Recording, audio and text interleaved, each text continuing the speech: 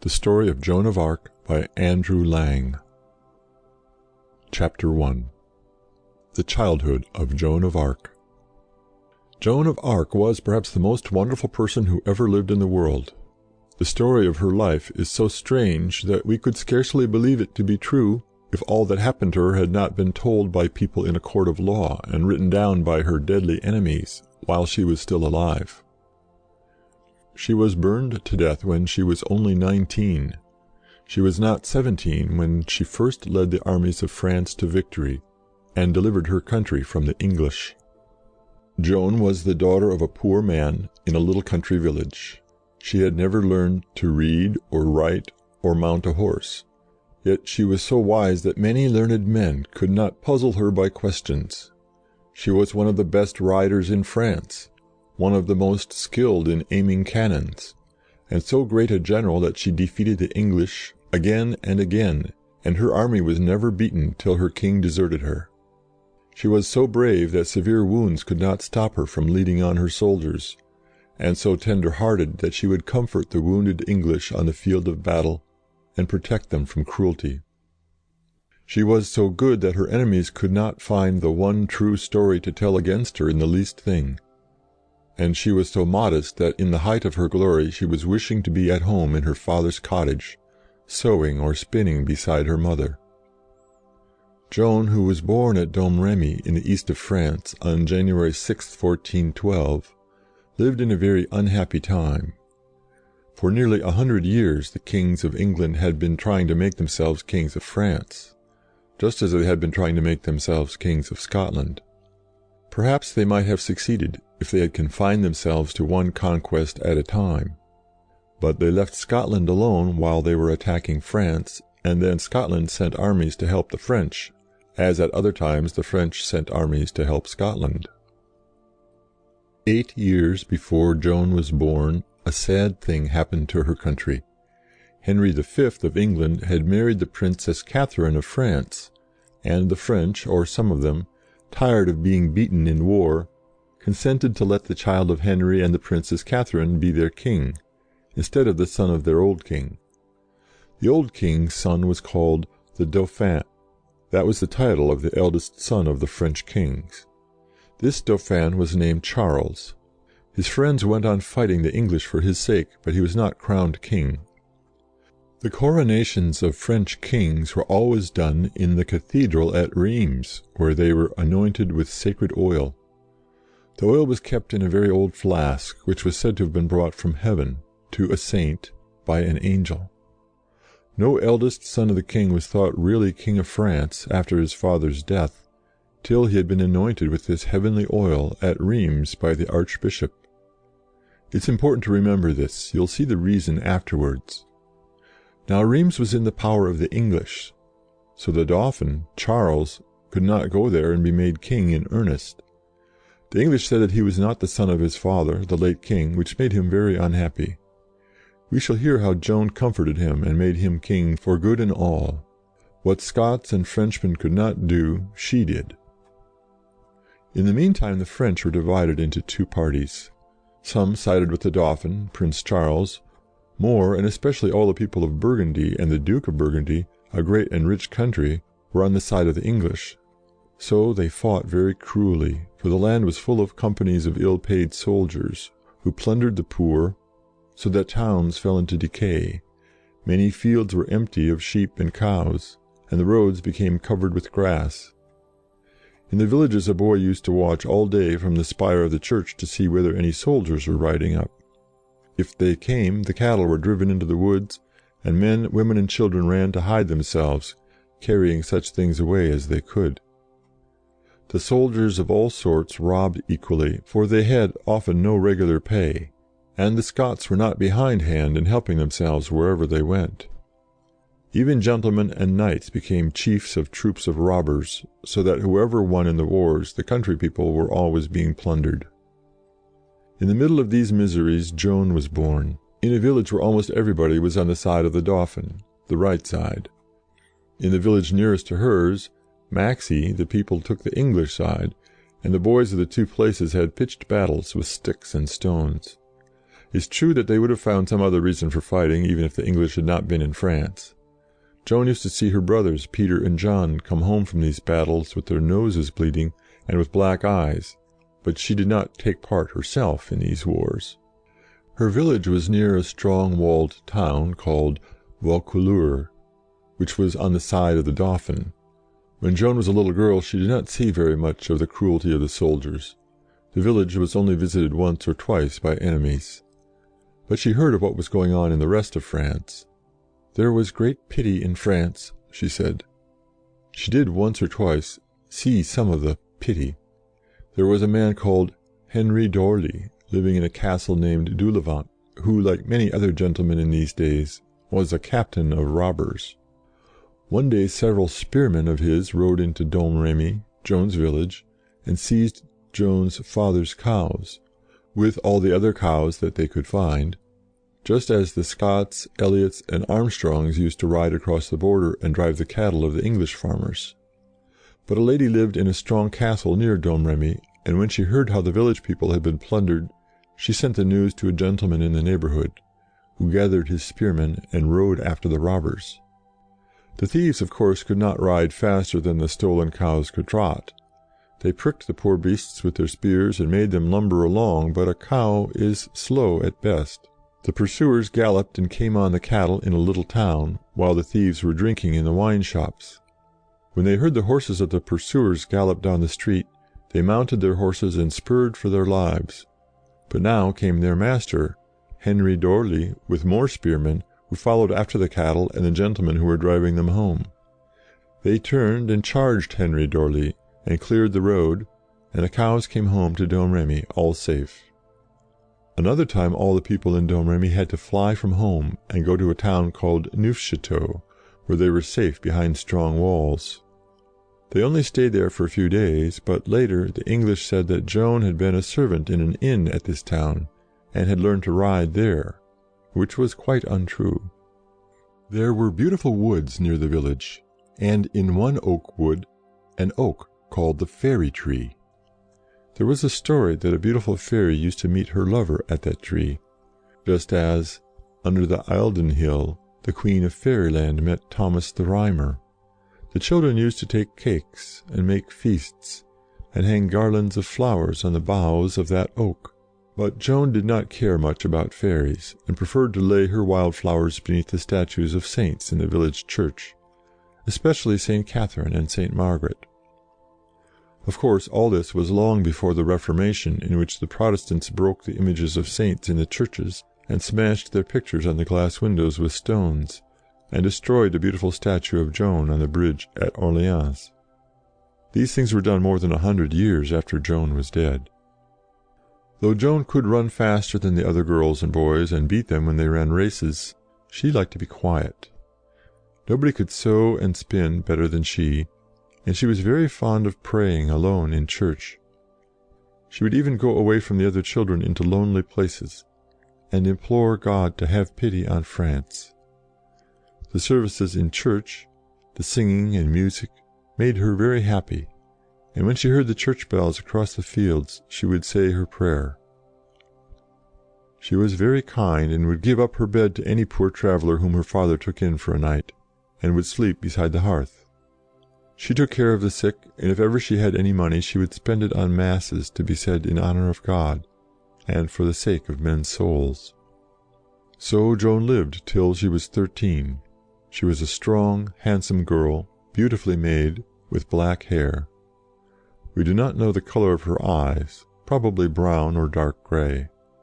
A young knight wrote to his mother when he first saw Joan that she was a creature all divine. Joan never sat to a painter for her portrait, though once she saw a kind of fancy picture of herself in the hands of a Scottish archer. Young men do not say so much about a girl who is not beautiful, and indeed armies do not rush together to follow a maiden with no good looks. But though Joan, when she came to command armies, liked to be well dressed and to have fine armour, that was partly because she was a natural, healthy girl, and partly because she was a kind of banner for men to follow and to fight, and banners ought to be splendid. She took no thought of her own beauty, and the young knights and squires who fought later under her flag said that they looked on her as a sacred thing, and never dreamed of making love to her. She let it be known that she would never marry anyone while the English were still in France. She was not a nun, and had not made a vow never to marry at all, but while her country was in danger, she never thought of marriage. She had other things to do. How the Voices Came to the Maid. When Joan was about 13, a very wonderful thing happened to her. One day she and the other girls and boys were running a race for a crown of flowers. Joan was easily the winner, and as she was running, a child who was looking on cried, "Joan, I see you flying along without touching the ground." After the race, Joan had a curious feeling, as if she did not know where she was, and then heard a young man's voice near her bidding her go home, for her mother needed her. She did not know who spoke. She thought it might be her brother or one of her neighbors, so she ran home. She found that her mother had not sent for her, and she was going back to her friends, when a bright light like a shining cloud appeared to her, and a voice told her to go and save France from the English. Till that hour she had been sorry for the sorrows in France, but as she was only a little girl she had never thought that she could lead an army against the English.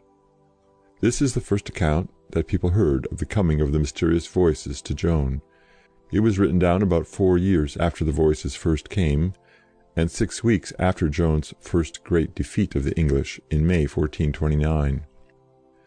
2 years later, after Joan was a prisoner of the English, the French priests and lawyers who took the English side asked her thousands of questions about everything that she had done in her life, and the answers were written down in a book, word for word. They asked her about these wonderful voices. There were things that she refused to tell these priests and lawyers, but she did say this: "When I was about 13, there came to me a voice from God, teaching me how I was to behave and what I was to do. And the first time that voice came, I was afraid. I was standing about the middle of the day, in summer, in my father's garden. The voice came from the right hand, from where the church stands, and when it came, I usually saw a great light on the side from which it spoke. The voice told me to be a good girl and go to church, and go to save France. I said that I was only a poor girl who could not ride or lead the soldiers in the wars, but the voice kept on, for years, telling her that she must go. She not only heard voices, but she saw shining figures of the saints in heaven. She never would tell the lawyers much about how the saints appeared to her, but said, 'I saw them as clearly as I see you, and I used to cry when they went away, and I wished that they would take me with them where they went.' These saints were St. Margaret, St. Catherine, and the Archangel St. Michael. When Joan spoke to her own friends about what she saw and heard, they say that she seemed marvelously happy, lifting her eyes to heaven. This is all that we know about these wonderful things which kept Joan company from the time when she was 13 to the day of her death, when she was 19, advising her about what she was to do for the saving of France. If the voices had not spoken to her often, she would never have gone to the wars, and for some years she told nobody about the voices and stayed at home in her village. Even when she went to the wars, her friends could not persuade her to say more than I have told you about these strange things. She said that she had a council which advised her in everything. If there was much noise in a room where she might be, she could not hear the voices distinctly. Only one person said that he saw angels' faces in her company. None of her friends, who knew her best, saw or heard anything extraordinary. She very much disliked to speak about the saints and voices. Chapter 3. How the Maid Obeyed the Voices. Time went on, and the Dauphin, the rightful Prince of France, was more and more unfortunate. It is true that Henry V, the King of England, died. He was a great soldier, and his son was only a baby, but the war was carried on by the brother of the late king, the Duke of Bedford, by the Earl of Salisbury, by the famous Talbot, by Sir John Fastolf, and many other English generals. The Scots won a great victory over the English at Bauge Bridge, where the Duke of Clarence, the brother of Henry V, was killed. But the French and Scots were beaten at Verneuil, where most of the Scots fell, fighting bravely. However, a new army came from Scotland under Stewart of Darnley, and still the war went on. By that time the Dauphin only held France, south of the great river Loire. The strongest place which was true to the Dauphin was the town of Orleans. If the English could once take that city and fill it with provisions and guns and other weapons, the French could not hope to win it back again, and the English would overrun the whole of the centre and south of France, and drive the Dauphin out of his own country. He was very poor and very unhappy. He could scarcely pay his bootmaker, as he was not a good fighting man. He lived here and there idly, at towns south of Orleans, such as Blois and Poitiers. He used to wonder whether he had not better give up the war, and go to Spain or Scotland. Another thing made him miserable. He did not know for certain whether he had really the right to be king or not, as many people said he was not truly the son of the last king of France. In his distress he prayed, privately and in silence, that he might know whether or not he was the rightful prince, and ought to be crowned and anointed as king. But he told nobody about this, and lived as best he could, wandering from one town to another. Then he heard that his great city of Orleans was being besieged by the English in the autumn of the year 1428. Orleans lies on the right bank of the river Loire, which here is deep, broad, and swift, with several islands in the middle of the current. The bridge was fortified on the farther side by two strong towers, called Les Tourelles, but the English took this fortification, and so the people of Orleans could not cross the river by the bridge, and they broke down an arch that the English might not cross to them. One day the English general came to this fort, at a time when the soldiers of both sides dined, to look out of a narrow window and watch what was going on in the besieged town. Now it happened that a cannon lay, ready loaded, in a niche of the gate tower of Orleans that looked straight along the bridge to the Tourelles. The English general, the Earl of Salisbury, was peeping through the narrow window, thinking himself quite safe, as the French soldiers in Orleans had gone to dinner. But a small French boy went into the gate tower of Orleans, and seeing a cannon ready loaded, he thought it would be amusing to set a light to the touch-hole. So he got a linstock, as it was called, lighted it, put it to the touch-hole, and fired off the cannon. The bullet went straight into the narrow window out of which the English general was peeping, and he fell back mortally wounded. This was a piece of good fortune for the French, but there were plenty of other English generals to take the place of Salisbury. The English built strong fortresses here and there outside the walls and gates of the town, to prevent help and food and wine and powder from being brought to the besieged French. But the people of Orleans were brave, and were commanded by good officers, such as Dunois, young Saintrel, La Hire, a rough swearing knight, and others who became true friends of Joan of Arc, and food was brought in easily enough. The English had won so many battles that they despised the French, and so they did not take pains, and besides they had not men enough to surround Orleans and prevent cattle from being driven in from the country. The English seem to have had no more than 4,000 soldiers. They were neither strong enough to take the town by storm, nor many enough to surround it and starve the French into showing the white flag and giving up the place. In fact, the English had been beating the French just because they believed they could beat them, and thought that one Englishman was as good as 3 Frenchmen at least. This was nonsense, but under Henry V at Agincourt, a few English had beaten a great French army, because the French fought foolishly, trying to gallop to the charge over wet, heavy ploughed land, while the English archers shot them down in hundreds. But the French, you will see, had learned the English way of fighting on foot, and could have held their own if they had not lost confidence. Chapter 4. How Joan heard news strangely. Joan, far away in Domremy, would hear of the danger in which Orleans lay now and then, and her voices kept insisting that she must go and drive away the English. She used to cry and say that she would be quite useless, as she could not ride or fight, and people would think her mad or bad and laugh at her. The voices told her to go to the nearest strong-walled French town, Vaucouleurs, and ask the commander there, Robert de Baudricourt, to send her to the Dauphin, who was then far away at Chinon, a castle on the Loire, south of Orleans. When she saw the king, she was to tell him that she had come to save France. This seemed quite a mad proposal. Baudricourt was a great, rough, sensible soldier, and how could Joan go to him with a message of this kind? He would merely laugh at the sunburned girl in her short red kirtle, a girl who probably had never spoken to a gentleman before. Perhaps this was the hardest part of Joan's duty, for she was modest, and she was very quick to notice anything absurd and ridiculous. Now nothing could seem more laughable than the notion that a little country wench of 16 could teach the French to defeat the English. But there was no help for it. The voices and the shining cloud and the faces of saints and angels came several times every week, and a voice said, "Daughter of God, go on, I will be with you."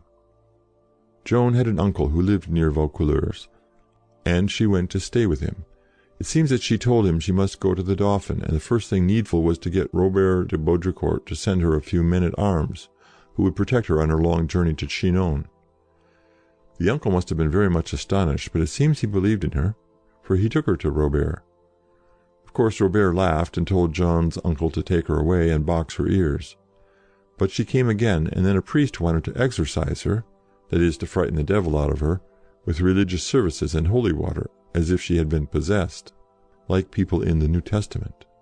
But Joan was not possessed, and the priest, after trying the holy water, could only say so. By this time the month of February 1429 had come round. The besieged French in Orleans now had a great misfortune. The season of Lent was coming, that is, a time when they were not allowed to eat beef and mutton, but only fish and eggs and vegetables. Now a great number of wagons loaded with herrings were being sent to feed the English who were besieging Orleans.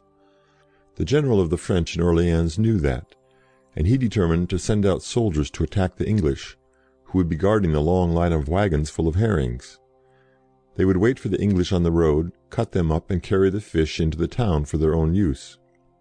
So a great many of the Scots and some French slipped out of Orleans by night and went to a place called Rouvray, on the road by which the herrings were to pass.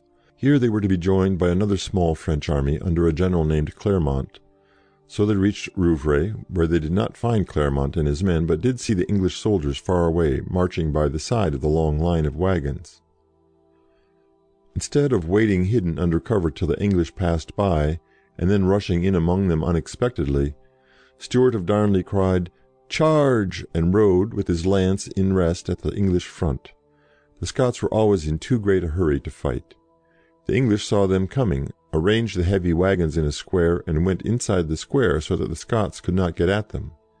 Safe behind their carts the English archers shot down the Scots, who thought bows and arrows rather mean weapons, and wanted to cut down their enemies with the sword. But they could not reach the English. They fell in piles of slain men round the square, and Clermont, the French general who was to have joined them, would not fight, and took away his army. So very many brave Scots were killed, with Stewart of Darnley at their head, and the rest retreated sadly to Orleans, where they heard the English hurrahing in their camp. This was called the Battle of Rouvray, or the Battle of the Herrings. It was fought on February 12, 1429. Now on February 12th Joan went to Baudricourt, and told him that a terrible misfortune had happened that day to the army of the Dauphin near Orleans. The news could not possibly reach Vaucouleurs for several days, for the distance between Vaucouleurs and Orleans is great, and the roads were dangerous, and might be beset by English soldiers and robbers, who would stop messengers. Joan had been told of the defeat by her voices. At last, however, the bad news did come. Joan had been right. The French and Scots had been defeated on the day when she told Baudricourt of it, February 12th. So Baudricourt saw there was something uncommon in this country girl, who knew what was happening far away, and he lent her 2 young gentlemen and a few men-at-arms to guide her and guard her on her way to the Dauphin. Somebody gave her a horse, which, to the surprise of all men, she rode very well. She had her long black hair cut short and close, as soldiers wore it. She dressed in a grey doublet and black hose, like a boy. She wore this kind of dress till the end of her life. And then she rode through the gate of Vaucouleurs, which is still standing, and away to seek the Dauphin. This was on February 23rd, 1429. After riding for several days, Joan and her company reached a little town called Fierbois, near Chinon. Here was the chapel dedicated to Saint Catherine of Fierbois, who was a favourite saint of the French and Scots soldiers and of Joan. In the chapel was a book in which the miracles of the saint were written down. At this very time a Scottish archer, Michael Hamilton, from Shotts, was caught by some country people, and was hanged by them. During the night a voice came to the priest of the village, saying, "Go and cut down that Scot who was hanged, for he is not dead." However, the priest was sleepy, and he did not go. Next day was Easter Day, and the priest went to church and did the services. After that he thought he might as well see about the Scot, who was hanging from a tree, and seemed quite dead. To make certain, the priest took his penknife and cut the dead man's toe. On this the man gave a kick, so the priest cut the rope and took good care of Michael Hamilton. When he was able to ride, Michael went to this chapel of Fierbois, and took his oath that he had prayed to St. Catherine before he was hanged up, and now he came to thank her for his escape at her chapel. The book of the chapel is full of these strange stories, and probably some of them were read aloud to Joan, who could not read, and said that she did not know A from B. She attended 3 masses at Fierbois, and got some learned clerk to write a letter to the king to say that she was coming. She also had a letter written to her father and mother asking them to pardon her for going away without their permission. Her father she was to see once more, but her mother she never saw again. As to Michael Hamilton, you may believe his story or not, as you like. Many of the other stories told in the chapel book by Scots soldiers and French men and women are just as curious. I only know that the people made long journeys to thank Madame St. Catherine in her church at Fierbois, and that their stories were written down in the book there. Chapter 5. How the Maid saw the Dauphin. When Joan reached Chinon, she was lodged with a lady who was very kind, and she waited to see the Dauphin. His advisers were not sure that he ought to see the Maid at all, but probably he was curious, and at last she was brought to the castle, and led up the stairs to a great hall, where were many men in splendid dresses. The castle is in ruins now, and the hall has no roof over it, but you can still go in and see the walls and empty windows, and the great fireplace. A man, plainly dressed, was in the crowd of magnificent courtiers in silk and gold embroidery. Joan went straight up, and kneeling on one knee, said, "Fair sir, you are the Dauphin to whom I am come." But the man pointed to a knight, very richly dressed, and said, "That is the king." "No, fair sir," said Joan, "it is to you that I am sent." The Dauphin, for the man was the Dauphin, was surprised at this, for she had never seen him before. He allowed Joan to come to the castle and talk to him, but he was not sure that she was not an impostor or a silly girl. One day, however, she took him aside into a corner where nobody could hear what they were talking about. When their conversation was ended, the Dauphin looked very grave, and Joan looked very glad. She had told him something that made him believe in her. What had Joan told to the king? It was known at the time that she had told him something that amazed him, for it is mentioned in a letter written a few weeks later by Alan Chartier, a famous poet. But nobody knew the secret. Joan would never let anyone know. When she was a prisoner among the English, the French priests and lawyers tried to make her speak, but she would not. It was her king's secret. 8 years after Joan was dead, a very strange thing happened. A woman who said that Joan had not died and that she was Joan came to Orleans with Joan's brothers. The people of Orleans, who had known the Maid very well, believed that this woman was Joan come again, and feasted her and gave her presents. Then she was taken to the king. He himself was puzzled and said, "Maid, my dear, I am glad to see you again.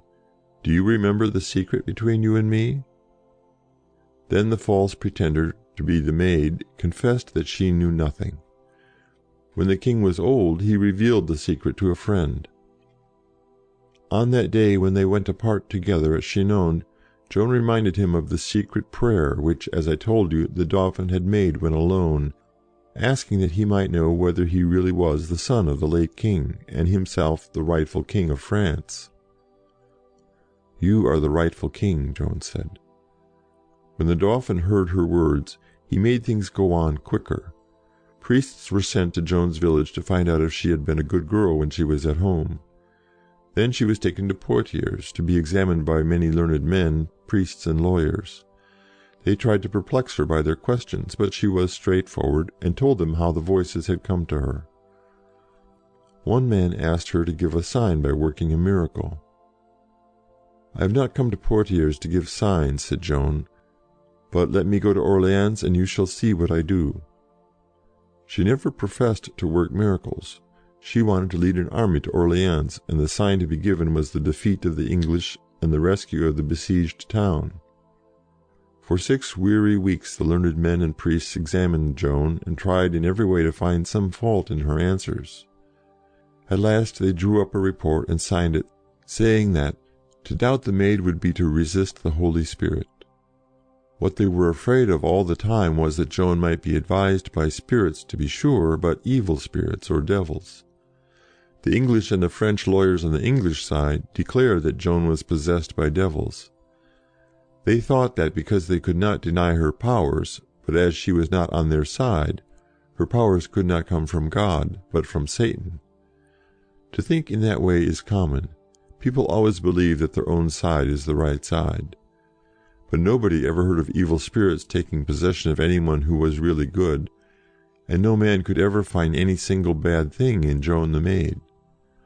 So now the Dauphin began to collect an army to march with Joan to Orleans.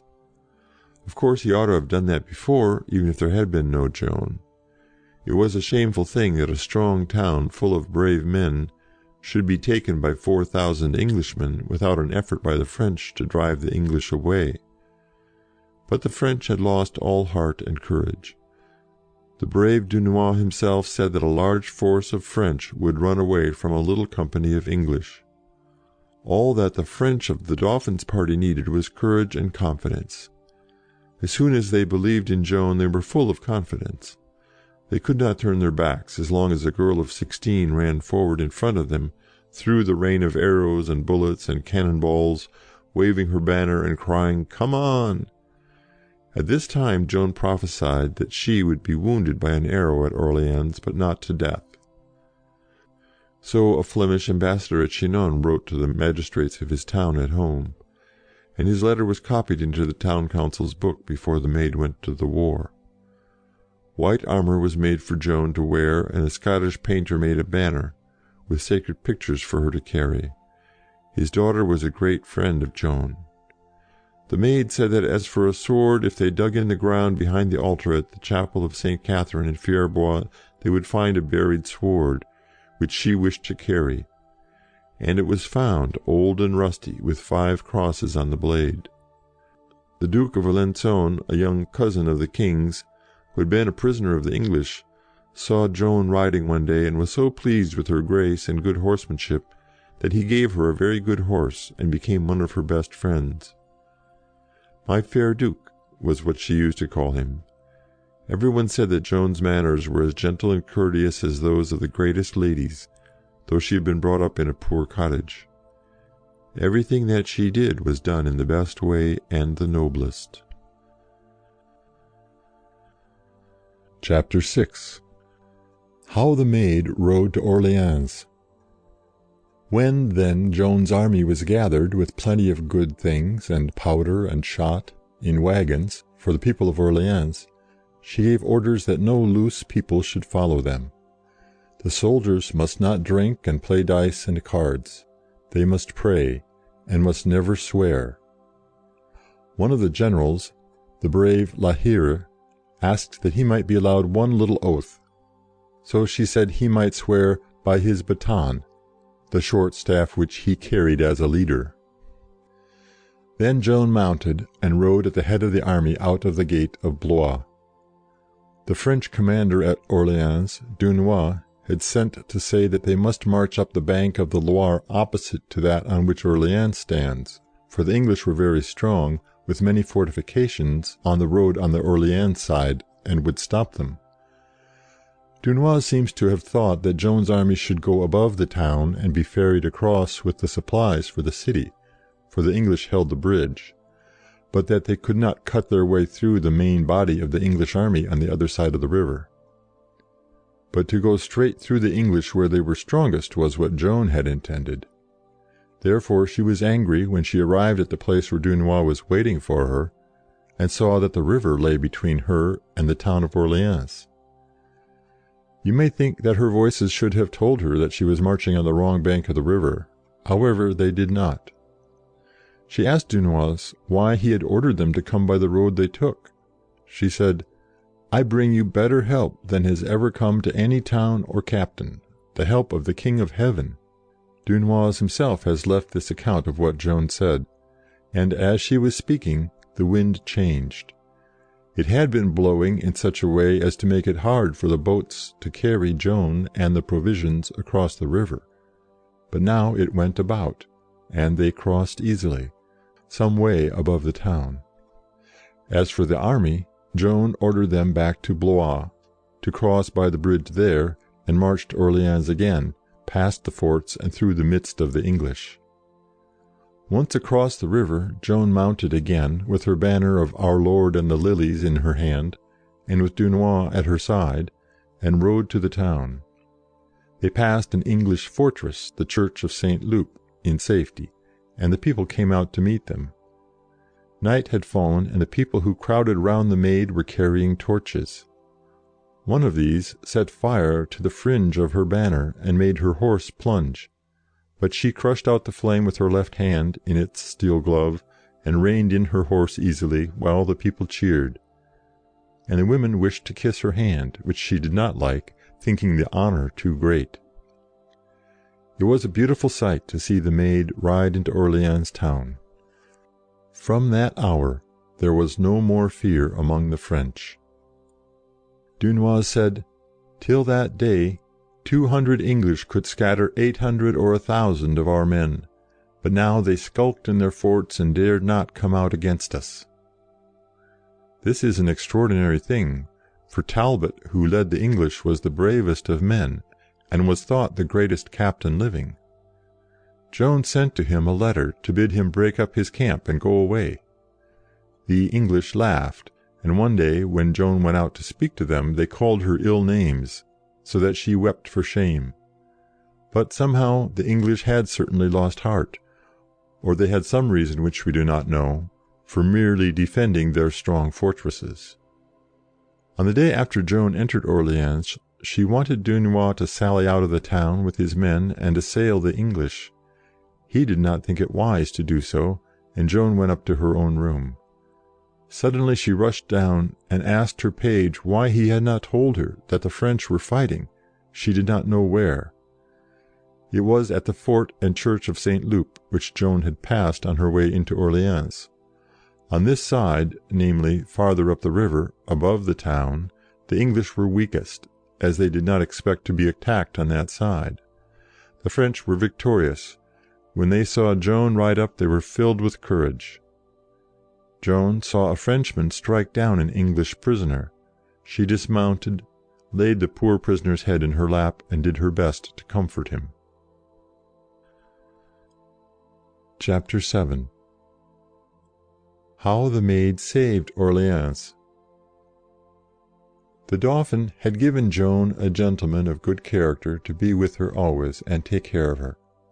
This gentleman was named Jean d'Aulon, and as he has left an account of what Joan did at Orleans, we give what he said. On the day after Joan took the fortress of St. Loup from the English, she led her men to attack another English work on the farther side of the river. They could not cross by the bridge, of course, for the English held the strong building, Les Tourelles, at the bridge end, the place where the Earl of Salisbury was killed by the cannon shot. Moreover, an arch of the bridge had been broken lest the English should cross. So they went in boats to an island in the middle of the river, and then made a bridge of boats across the other branch of the Loire. But they found that the English had left the place which they meant to attack, and were in a much stronger fortress. The French, therefore, were returning to their boats, when the English rushed out of the second fortress to attack them when off their guard. But Joan and her friend La Hire, who had crossed the river with their horses, saw the English coming on, and put their lances in rest, a kind of support for the level spear, and spurred their horses at their enemies. The rest of the French followed Joan and drove the English back into their fortress. Meanwhile d'Aulon and a Spanish gentleman on the French side took each other by the hand and ran as fast as they could till they struck their swords against the outer fence, or strong wooden palisade of the English. But in the narrow gateway stood a tall and very strong Englishman, who drove back the French. So D'Aulon asked a Frenchman, a good shot, to aim at the Englishman, whom he killed, and then D'Aulon and the Spaniard ran into the gateway and held it, while Joan and the rest of the French rushed in, and all the English were killed or gave themselves up as prisoners. By this time the French army which went down to Blois to cross the bridge had returned to Orléans, and had gone past the English fortresses without being attacked. So there were now many fighting men in Orléans. Next day, therefore, Joan insisted that they should attack the strongest of all the English forts, Les Tourelles, at the end of the bridge farthest from the town. The generals thought this plan too dangerous, as the fortress was so strong. But no doubt Joan was right, because the English on the town side of the river could not cross over to help their countrymen. If they crossed in boats, they would be shot and cut down as they landed. If the French generals did not understand that, Joan did. She was full of confidence. A man asked her to wait for breakfast and offered her a big trout caught in the Loire. She said, "Keep it for supper. I will bring back an English prisoner to help eat it. And I will come back by the bridge." Now the bridge, we saw, was broken. D'Aulon heard her say this, and no doubt he wondered what she meant. He understood her at night. So Joan caused the gate to be thrown open, and the townspeople, who were very eager, rushed to the river bank and crossed in boats. The regular soldiers followed, and all day long they attacked the walls, carrying ladders to climb them with, while Joan stood under the wall waving her banner and crying "Forward!" But from behind the battlement the English kept shooting with arrows and muskets, so that many of the French were killed, and a strong Englishman threw down the ladders as they were pushed to the top of the walls. There were 500 or 600 of the best of the English in this castle, under 2 leaders whom the French called Bumus and Glacidas. The name of Glacidas was Glasdale. We do not know who Bumus was. So all day companies of the French and Scots, carrying ladders, and with banners flying, went down into the deep ditch below the wall, and were shot or driven out. Now the great Dunois, the most famous of the French leaders, tells us what Joan did. It was about 1 o'clock in the afternoon when the thing that she had prophesied happened to her. A bolt from an English crossbow passed through her armour between the collarbone and the shoulder blade, and stood out 6 inches behind her shoulder. She was carried out of range, and the arrow was drawn out. Another witness says that a soldier wished to sing a magical song over the wound to heal it, but she would not allow this to be done, and went back into the battle, hurt as she was. She cried a little. They fought on. They had begun in the early morning, and it was 8 o'clock, and past sunset, when Dunois said that they could not take the fort that day, and wished to call off the soldiers from the ditch. But Joan came to them, and asked him to wait a little while. She mounted her horse, and rode to a vineyard, and there she prayed, for half a quarter of an hour. Then she rode back, and went through the hail of shot and arrows to the edge of the ditch, while D'Aulon covered her, he says, with his shield. She saw that a soldier had taken her standard into the ditch. She seized the standard, and it waved so that all her men saw it and rushed up. "We shall take the fort," said Joan, "when my standard touches the wall." The wind blew the banner fringe against the wall, and the French made one more rush. They climbed the ladders, they tumbled into the fort, and the English were slain or taken, and Glasdale, their leader, who tried to cross to another tower by a plank, fell into the river and was drowned. Then Joan crossed back to Orléans by the bridge, as D'Aulon heard her say that she would, when she set out in the morning. For the townspeople laid a beam across the broken arch, and on this she walked over, after winning so great a victory by her own courage.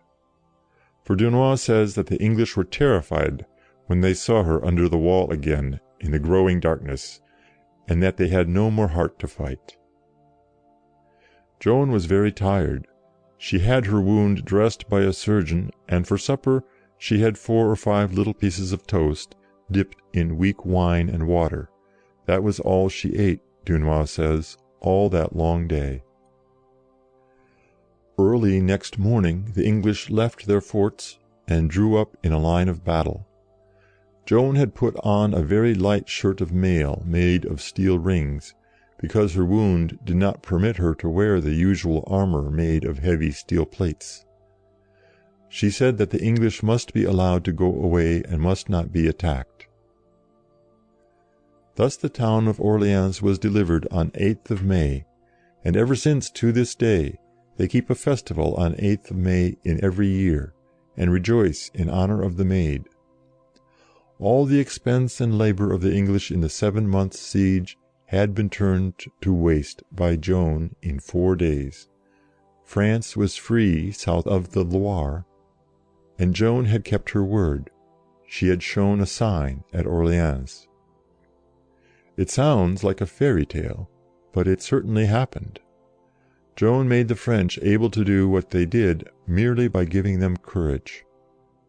Her army would not have come together if she had not given them something to believe in, herself. She thought that she led about 10,000 men, but it is not easy to be sure of the numbers. The English, if they were only 4,000, could not resist the new army and the old garrison of Orleans if the French had faith in themselves. And Joan gave them faith. At the same time, the English seem to have arranged their army in a very foolish way. About 1,000 were on the farther side of a river which the 3,000 on the right bank could not or did not try to cross to help their friends. The larger part of the English army might have attacked one of the gates of Orleans and frightened Joan's army, who would have come back across the river to defend the town. The English in the fortress at the farther end of the bridge would then have been safe. But the English on the right bank did nothing at all, for some reason which we do not understand. Chapter 8. How the Maid took the town of Jargeau. After Orleans was quite safe, and when Talbot had led the English army to the town of Meun, Joan wanted to take the Dauphin to Rheims, to be crowned and anointed with the holy oil, and made king in earnest.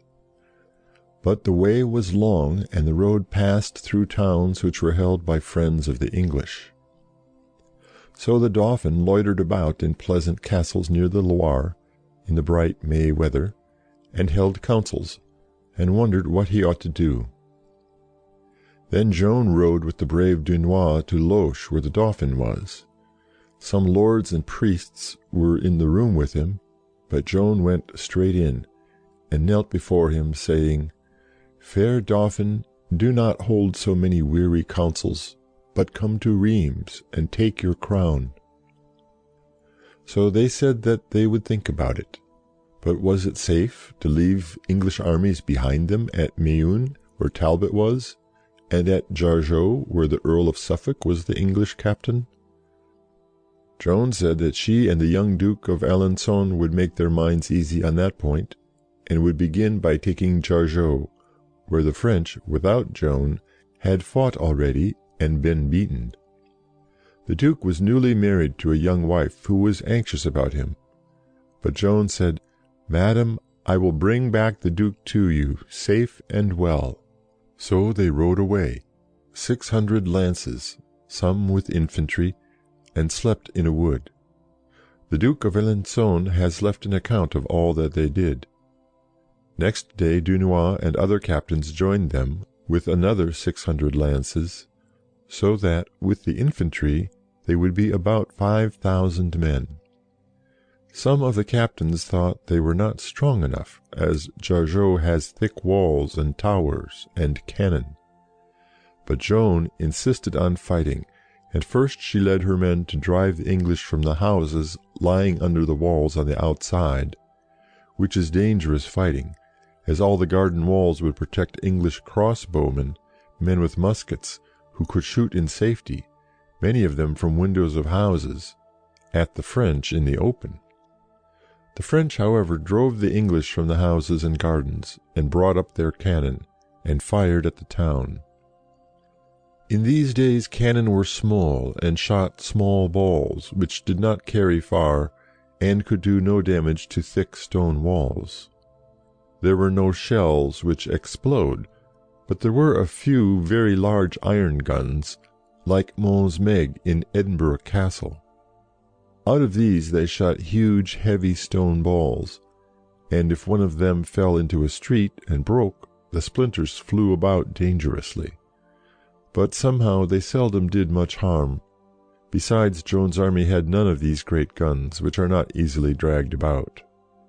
So for days the French fired at the town, and it is to be supposed that they broke a hole, or breach, in a part of the wall, for they decided to rush in and take the place, sword in hand. "Forward, fair Duke," said Joan to the Duke of Alençon, who rather thought that they had not made a good enough breach in the wall.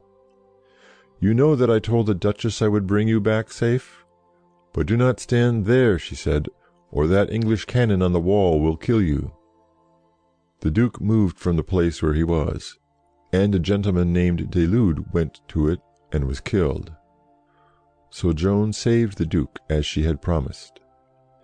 Then they ran together to the wall, and Joan was climbing up a ladder, when a heavy stone thrown by the English struck her helmet, and she fell. She rose again at once, crying, "Forward, we shall take them all," and the English ran through the streets to the bridges, the French following and cutting them down or taking them prisoners. It is said that the Earl of Suffolk surrendered to Joan as the bravest woman in the world. If this is true, she might have made a great deal of money out of his ransom, that is, the price which a prisoner paid for his freedom. There is another story that Suffolk was taken by a squire, and that he dubbed him knight before he surrendered, as it was more honourable to yield to a knight. This is more likely to be true, for the English thought that Joan was a witch. Now, as Suffolk was general of all the English forces on the Loire, he would not choose to surrender to a lass of 16, whether he believed in witches or not. Besides, he could not dub Joan a knight. Chapter 9. How Joan defeated the English in fair field. The Maid had now driven the English away from Orleans, and had taken a strong town which they held, a thing the French, without her, had failed to do. She was next to beat their army in the open country and in fair field. We know most about this battle from a book written by a gentleman named Pierre de Cagny, who rode with the Duke of Alençon and knew what happened, and wrote all down very soon afterwards. He says that the Maid placed a garrison of soldiers to keep Jargeau, and then rode to Orleans with the Duke, where the townspeople gave a great feast to her and her friends. But she did not stay long to be petted and praised at Orleans. In the evening she said to the Duke, "I am going, after dinner tomorrow, to see the English at Meun. Have the men ready to march." She easily made Meun surrender, and then her guns fired at the town of Beaugency. Then news came to Joan that the whole English army, under Talbot and Sir John Fastolf, who cannot be Sir John Falstaff in Shakespeare, for the fat knight was dead, were marching against her. Now Sir John Fastolf, though a very brave captain, thought, like the fat knight, that discretion was the better part of valour. He wished to be cautious and to avoid a battle, for he saw that the French were in high spirits, while the English soldiers had lost heart. This is told in the book written by a knight named Jean de Wavrin, a Burgundian. He was, like all of them of Burgundy, on the English side, and he rode under the banner of Sir John Fastolf. I tell you generally how we come to know the things done by the Maid, to show that the story is true, as the people who described it were present and saw what happened. The other English captains thought Sir John rather too cautious, and Talbot said, "By St. George, I will fight if I have only my own few men with me." Next morning the English rode out with banners flying, and again Sir John said that they were too few, and that they were risking all that Henry V had gained in France. But Talbot and the rest would not listen to him, so the trumpets blew and the horsemen rode on towards Meun, which Joan had taken. When they came to a place about 3 miles from Meun, and 3 from Beaugency, they saw the banner of the Maid, with our Lord and the lilies of France, and the banners of the Duke of Alençon, and Dunois, and La Hire, and young Poton de Xaintrailles, a very gallant boy, waving over the ranks of 6,000 men. The English then did what Henry V had taught them to do. They dismounted from their horses to fight on foot, and made each bowman plant his sharp stake in front of him to stop a cavalry charge. This plan usually succeeded. The French were fond of charging with their cavalry at full speed, and then were usually shot down in heaps by the English bowmen, whom they could not reach, as they were safe behind their fence of pikes. Then the dismounted English would rush out, sword in hand, among the disordered French cavalry. You see, this was much like part of the Battle of Waterloo, when the French cavalry many times rode at the English squares, and could not break through the bayonets, while the English were shooting at them, not very straight.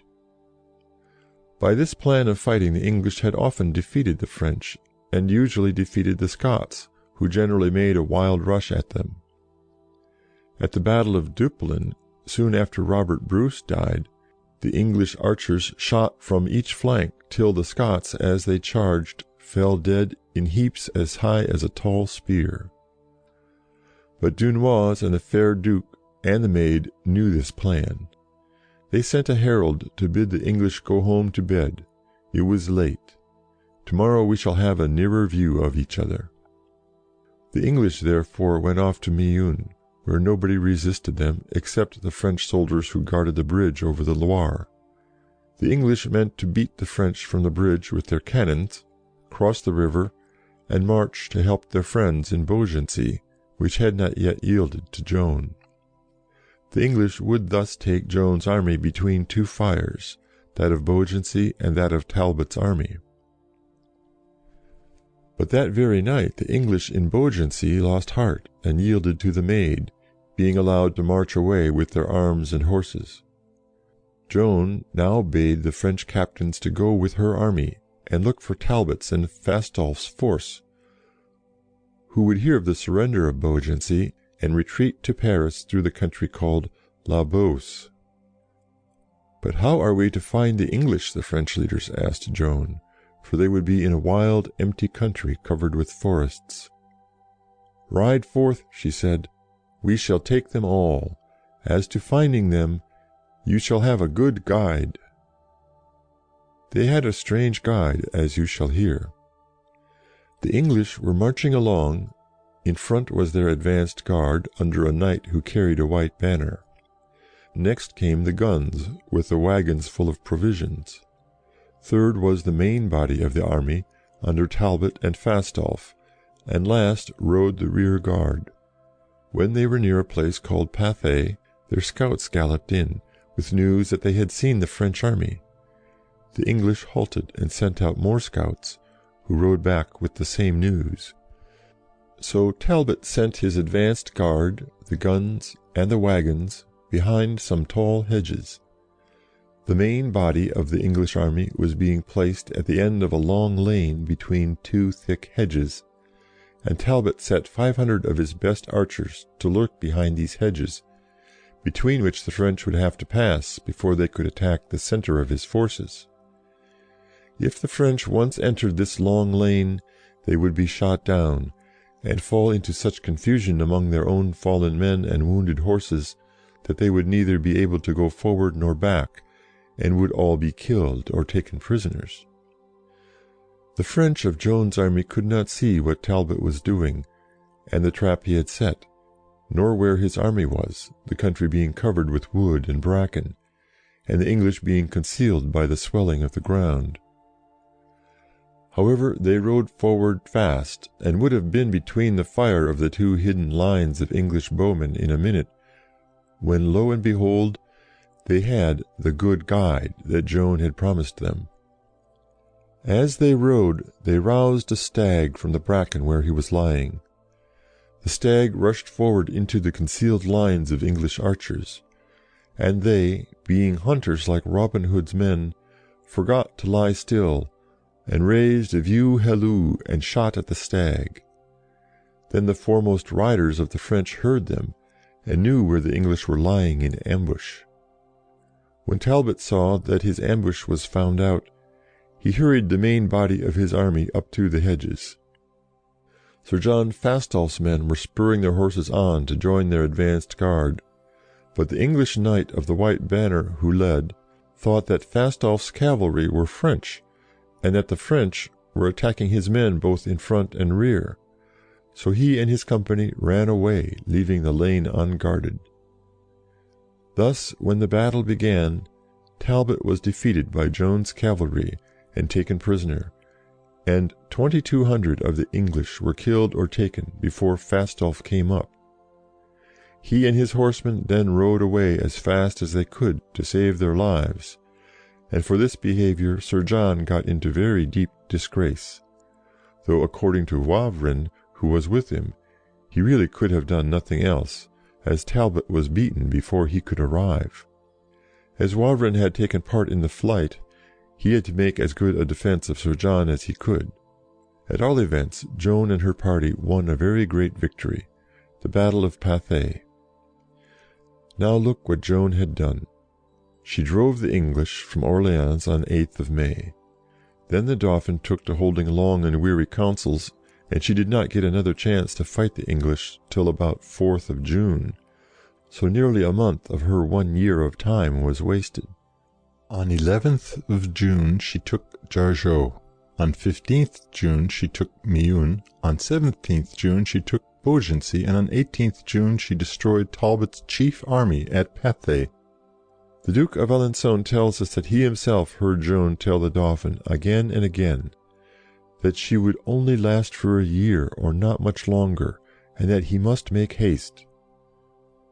She had 4 things to do, she said: to drive the English in flight, to crown the king at Rheims, to deliver Orleans, and to set free the Duke of Orleans, who was a prisoner in England.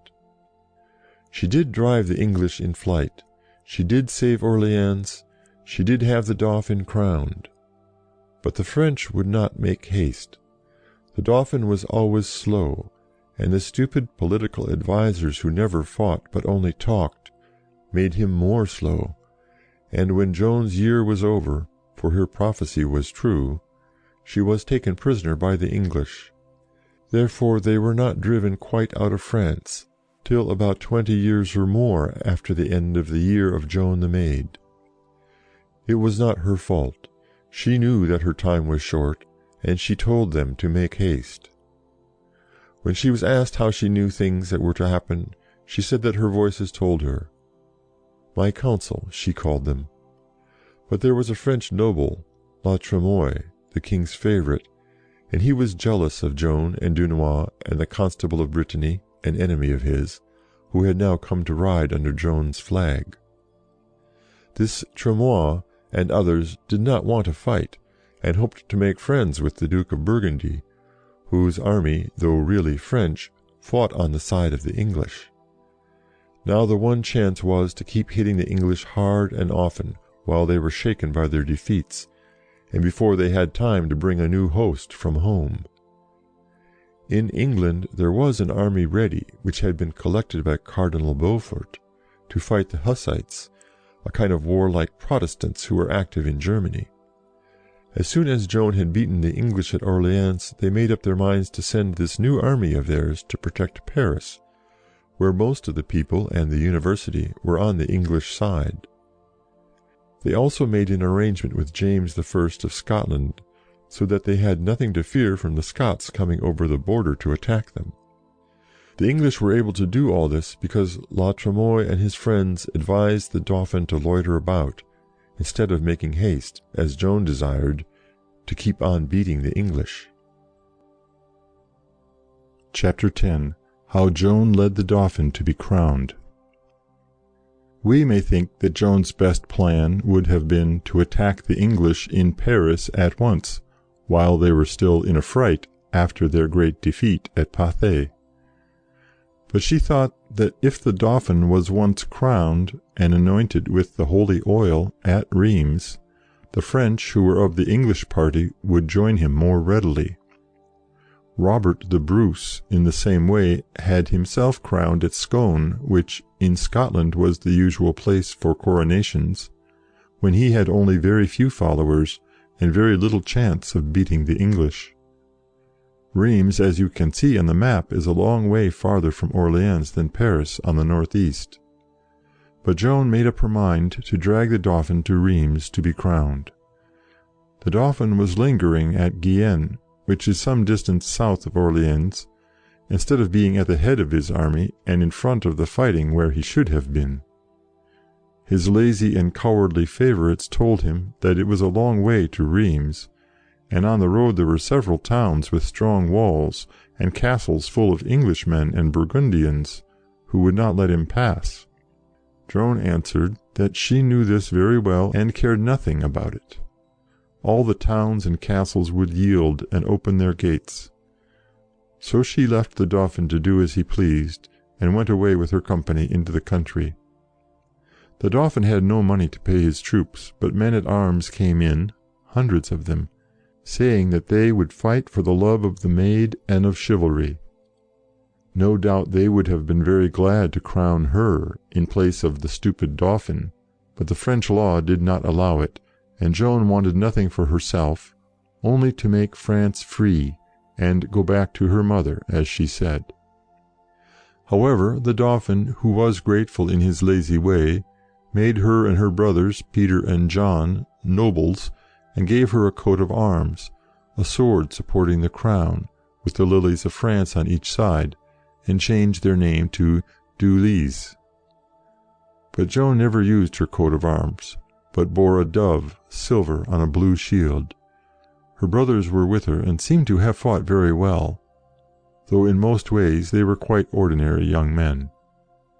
When Joan went away, the Dauphin made up his mind at last to march to Rheims, going first to Troyes, a strong town on the road. All the castles and fortresses on the way, instead of resisting him, submitted to him, as Joan had said that they would. At Troyes, where he came on 8th July, the English garrison and the people of the town who were on the English and Burgundian side wanted to oppose him. They fought on the 8th and 9th of July. The Dauphin's advisers did not want to fight, the brave Dunois tells us, but Joan said, "Gentle Dauphin, bid your army besiege the town, and do not hold these long councils, for in 3 days I will bring you into the town." Then down she went to the great ditch, or fosse, round the town, and worked harder, says Dunois, than 2 or 3 of the most famous knights could have done. The people of Troyes then yielded to Joan, and they had a great feast in the city, which they needed, for the army had been living on soup made from the beans in the fields. Then they went on to Rheims, and the Archbishop and all the people came out to meet them, with shouts of joy. On 17th July the Dauphin, with Joan and all his nobles, went to the cathedral, and there he was crowned and anointed, and made king in earnest, Joan standing beside him with her banner in her hand. This was her happiest day, perhaps, and the last of her great days. She had done so much. In the beginning of May there was every chance that the English would take Orleans, and sweep across the Loire and seize all France, and drive the Dauphin into Spain or across the sea to Scotland, and the France would have been under the English for who knows how long. But in 2 months Joan had driven the English behind the walls of Paris, and her Dauphin was king indeed. Then the Maid knelt at the king's feet and wept for joy, in the great cathedral, among the splendid nobles, and the lights and the bright coloured coats of arms and the sweet smoke of incense. "Gentle King," she said, calling him King for the first time, "now is the will of God fulfilled." And the knights themselves wept for joy. Somewhere in the crowd was an elderly countryman in his best clothes, Joan's father, whom now she saw for the first time since she left her village, and for the last time in her life. The king asked her to choose a gift and reward, and she asked that the people of her village, Domremy, should be free from paying taxes, and they were made free and never paid taxes again for 300 years. On the books of the accounts of money paid by every town and village of France is written, after the names of Domremy and the village nearest it, Greux, nothing, for the sake of the maid. The paper in which the king ordered that they should pay nothing may still be seen, dated the last of July, 1429. How glad the people at Domremy must have been when Joan's father came home with the good news. This was the last glad day of the maid. As she rode to Rheims, some people from Domremy met her and asked her if she was afraid of nothing. "Of nothing but treachery," she said, and from this day she met treachery among the king's advisers, who held long councils and did not fight. As she rode from Rheims towards Paris, the people shouted round her, and she said that they were kind people, and she would like to be buried in their cathedral, she who was never to be buried in the earth. "Joan," said the archbishop, "in what place do you expect to die?" "Where God pleases, for of that hour and that place I know nothing more than you do. But would to God that now I might take off my armour and go home to my father and mother," for, as she had seen her father, she was longing for her mother more than ever. After this, the people about the king, and the king himself, did not obey Joan, and all went wrong. Chapter 11. How the Maid was betrayed at Paris. The French should have followed the Maid straight to Paris, as she bade them do. But they went here and went there, and one day their army and that of the Duke of Bedford met, but did not fight, and another day there were skirmishes between the English and the Scots, who fought very bravely, says the Burgundian knight Enguerrand de Monstrelet, who wrote a history of those times. The strong town of Compiègne, which had often been taken and retaken, yielded to Joan's army, and the king stayed there, doing nothing, which was what he liked, and the Duke of Burgundy gave him excuses for loitering by sending ambassadors, and pretending that he would give up Paris, for at this time there was no English garrison there. The poor people of the town were on the side of Joan and the king, and now, when the English were out of the great city, was the time to take it. But the king kept hoping to make peace with the Duke of Burgundy. So Joan, with her friend the Duke of Alençon, went to St. Denis, quite close to Paris, where the kings of France used to be buried. St. Denis was the saint of France, as St. George was the saint of England, and St. Andrew of Scotland. There fought the Duke and the Maid, but the king came on very slowly, while Joan was in the front of the battle every day, at one gate of Paris or another. At last, by often going to him and urging him to come, Alençon brought the king to St. Denis, but not before a strong new English army had arrived in the town, of which the walls and towers were very high and thick, and the fosses broad and deep and full of water. Then Joan led on her men and the dukes, with her banner in her hand, and cried them on to break down a gate called the Porte Saint-Honoré. Percival de Cagny, who rode under the standard of Alençon, was in the battle, and he says, "The fight was long and fierce, and it was wonderful to hear the noise of guns and culverins from the walls, and to see the arrows fly like clouds. Few of those who went down into the dry ditch with the Maid were hurt, though many others were wounded with arrows and stone cannon balls, but by God's grace and the Maid's favour there were none but could return without help. We fought from noon till darkness began. After the sun set, the maid was wounded by a bolt from a crossbow in the thigh, but she only shouted louder to come on, and the place was ours. But when it was dark, and all were weary, men came from the king and brought her up out of the ditch against her will. Next day the maid rose early and went to the Duke of Alençon, who never failed her. The trumpets blew, and a new ally came, the Baron de Montmorency, with 60 gentlemen and their men-at-arms, and they were riding to attack Paris again, when the king sent messengers to forbid them to do as their hearts desired. So they had to go see him at St. Denis. But the Duke of Alençon was having a bridge of wood thrown across the river Seine at a new place, and they meant to cross by that bridge next day and attack Paris again. Shameful to say, the king had that bridge taken to pieces during the night, and when Joan and the Duke led their men there next day, they found only the river, which they could not ford. So the King of France saved Paris from d'Alençon and the Maid. Richard I of England would have battered down the Paris gate with his own battle-axe. Henry V or James IV of Scotland or Prince Charlie would have been foremost in the fight. But this King of France, Charles VII, unworthy of his country and his ancestors, sneaked off to his pretty little town of Guienne on the Loire. And thus was the will of the Maid broken, and the army of the king, says Percival de Cagny. The Duke of Alençon kept his men together, and told the king that, if he would let the Maid ride with him, they would march into Normandy and attack the English where they were strongest. But the king would not hear of it, and the Maid, with almost a broken heart, hung up her armour at the altar of St. Denis in his cathedral. Half of her year was spent, and the king made her stay with him in the towns on the Loire, when he might have been in Paris, his capital, if he had only trusted Joan. In the meantime the English retook some of the French towns that Joan had given to the king, and seized her sacred armour in the church of St. Denis, and punished and plundered the people, who were worse off than before, while the Maid was only allowed now and then to attack the English and defeat them in the old way. Chapter 12. How the Maid took certain towns.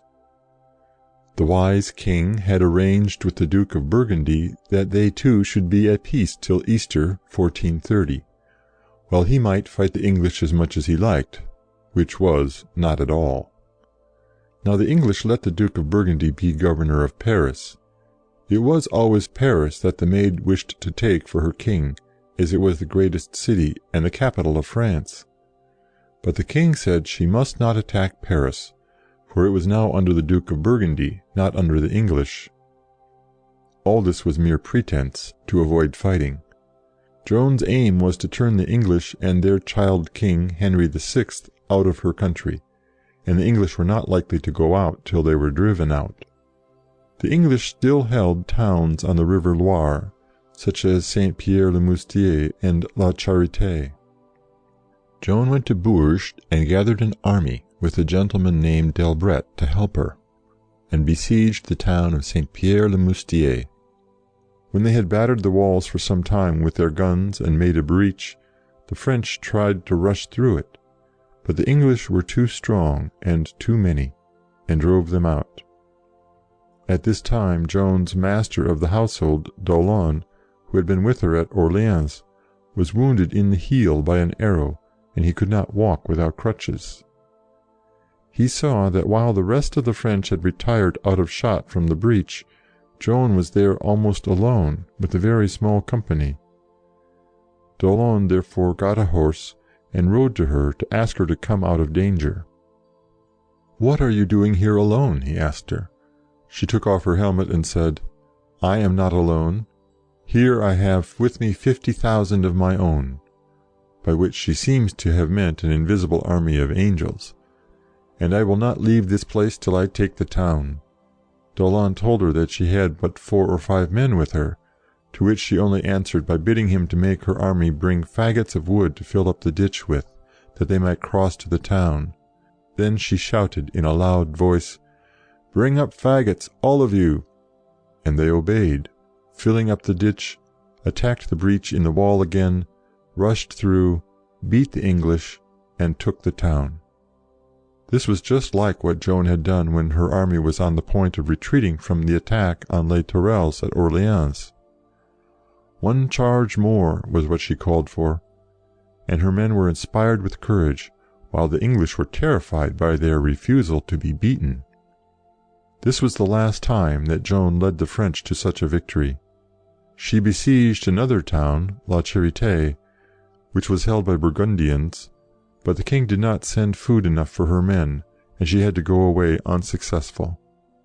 About this time she was troubled by a woman called Catherine of La Rochelle, a married woman who declared that a lovely lady came to her at night, dressed all in cloth of gold, and told her where treasures of money were hidden, which were much needed for the wars. Joan said that she must see this wonderful lady before she could believe in her, and she sat up all night with Catherine, but the lady never came. Joan told Catherine to go back to her husband and her children and mind her own affairs. There were several people who went about saying that they had visions, but they were of no use, for visions or none, they had not Joan's courage and wisdom. It is true that Catherine might have said to Joan, "You can't see my golden lady, but I can't see your saints nor hear your voices."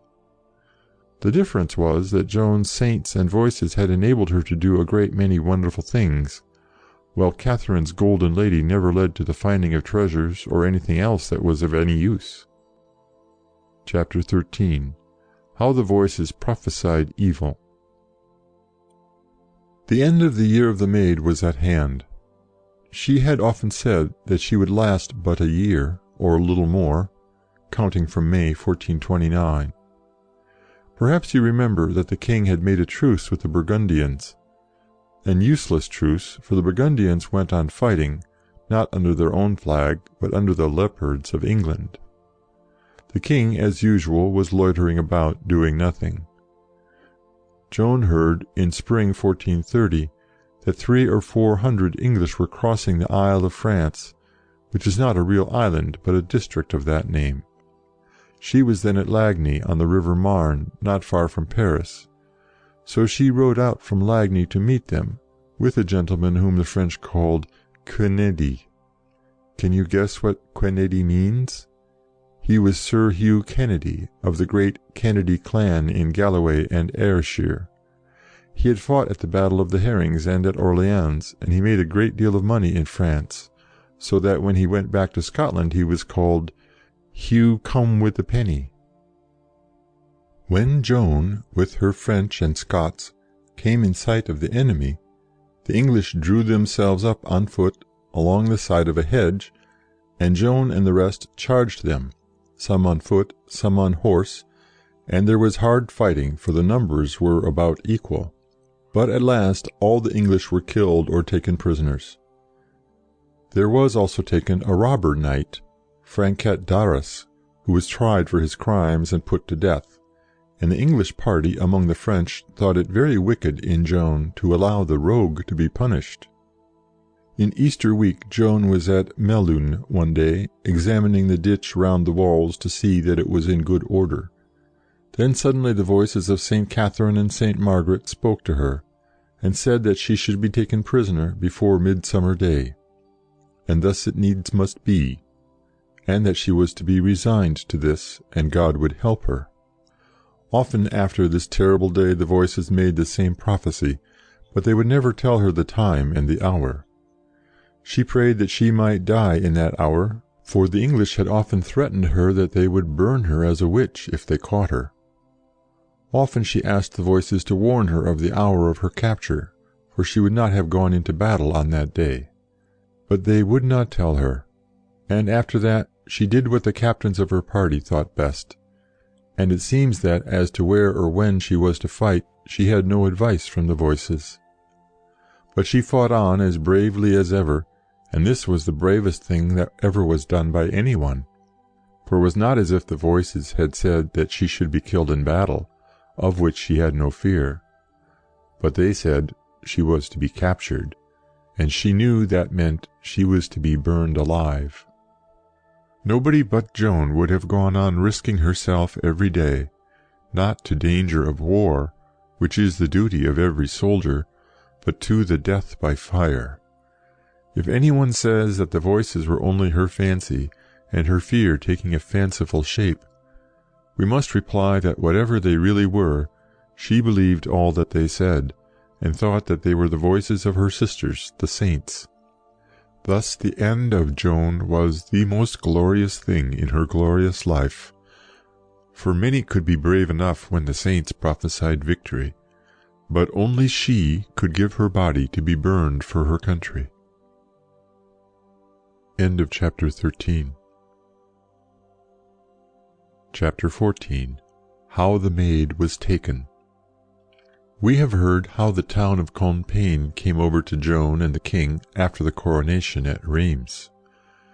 The city had often been taken and retaken and held by both sides, but now they made up their minds that, come what might, they would be true to France, and now, in May, the English and Burgundians besieged Compiègne with a very large army.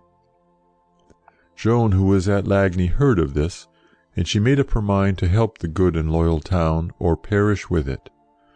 She first tried to cut the roads that the Duke of Burgundy used for his soldiers and supplies of food, but she failed to take Soissons and Pont-l'Evêque, and so shut the Duke off from his bridges over the rivers. So she rode into Compiègne under cloud of night, with her brother Pierre and 200 or 300 men. This was before dawn on May 23rd. The town of Compiègne is on the left bank of the river Oise. Behind the town was a forest, through which Joan rode, and got into the town, to the great joy of the people. From Compiègne to the right bank of the Oise, where the English and Burgundians had their camps, there was a long bridge, fortified, that led to a great level meadow, about a mile broad. In wet weather the meadow was often under water from the flooded river, so a causeway, or raised road, was built across it, high and dry. At the end of the causeway, farthest from Compiègne, was the village of Marny, with the steeple of its church, and here a part of the Burgundian army was encamped. 2.5 miles farther on was the village of Clairoy, where lay another part of the Burgundian force. About 1.5 miles to the left of the causeway was the village of Venette, which was held by the English, and about 3 miles off was Coudun, where the Duke of Burgundy himself had his quarters. There were very large forces in front and on the side of the only road by which Joan could get at them, with her own men, only 300 probably, and any of the townspeople who liked to follow her on foot, with clubs and scythes and such weapons. Thus it was really a very rash thing of Joan to lead so few men, by such a narrow road, to attack the nearest Burgundians, those at Marny, at the end of the causeway. The other Burgundians farther off, and the English from Venette quite near and on Joan's left flank, would certainly come up to attack her, and help their friends at Marny. She would be surrounded on all sides and cut off, for the garrison of Compiègne stayed in the town under their general de Flavy, who was a great ruffian, but a brave man and loyal to France. Why Joan, about 5 o'clock in the evening on May 23rd, rode out with her little force, crossed the bridge, galloped down the causeway, and rode through and through the Burgundians at Marny, we do not know. Her voices seem to have ceased to give her advice, only saying that she would certainly be captured. Perhaps she only meant to take Marny, though now it is not easy to understand how she expected to hold it, when the whole Burgundian and English armies came up to recover it, as they would certainly do. If she aimed at more, her charge was very brave but very ill-judged. Joan said that her voices did not tell her to make her desperate sally. It was her own idea. Nearly 70 years afterwards, 2 very old men said that when they were young at Compiègne, they heard Joan tell a crowd of children before she rode out that, "I am betrayed, and soon will be delivered to death, Pray God for me, for I shall never again be able to help France and the King." One of the men was 98, so he would be quite 28 when he heard Joan say this, if he really did hear her. But long before men are 98, or even 86 like the other man, they are apt to remember things that never happened. But Joan may have told children, of whom she was very fond, that she knew she was soon to be taken. Her enemies declared that she said she would take the Duke of Burgundy himself, but as he was several miles away, in the middle of a large army, while she had only 300 of her own men, this cannot be true. Probably she only meant to break up the Burgundians at Margny, and to show that she was there, to encourage the people at Compiègne. Her own account is that she charged the Burgundians at Margny, the nearest village, and drove them twice back to Clairoy, where they were reinforced by the great Burgundian army there, and thrust her back to the middle of the causeway, where she turned again, charged them, and made them retreat. But then the English came up from Venette, on her flank, and came between her and the bridge of Compiègne, and she leaped her horse off the raised causeway into the meadow, where she was surrounded, and pulled off her horse and taken, though she would not surrender. No doubt she hoped that, as she refused to surrender, she would be killed on the spot.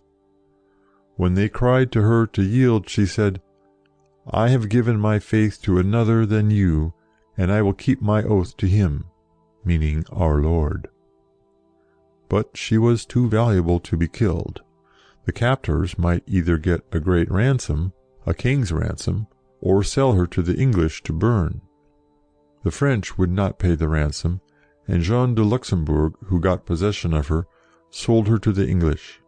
The Burgundian historian who was with the Duke and did not see the battle says, "The English feared not any captain nor any chief in war, as they feared the Maid.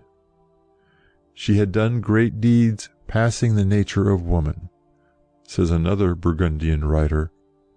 "She remained in the rear of her men as their captain and the bravest of all, there where fortune granted it for the end of her glory, and for that last time of her bearing arms."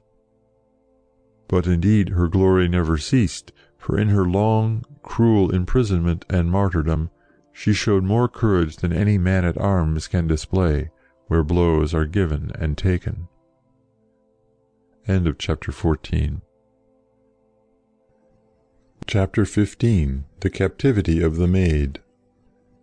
We might suppose that there was not a rich man in France, or even a poor man, who would not have given what he could, much or little, to help to pay the ransom of the Maid. Jean de Luxembourg only wanted the money, and as she was a prisoner of war, she might expect to be ransomed like other prisoners.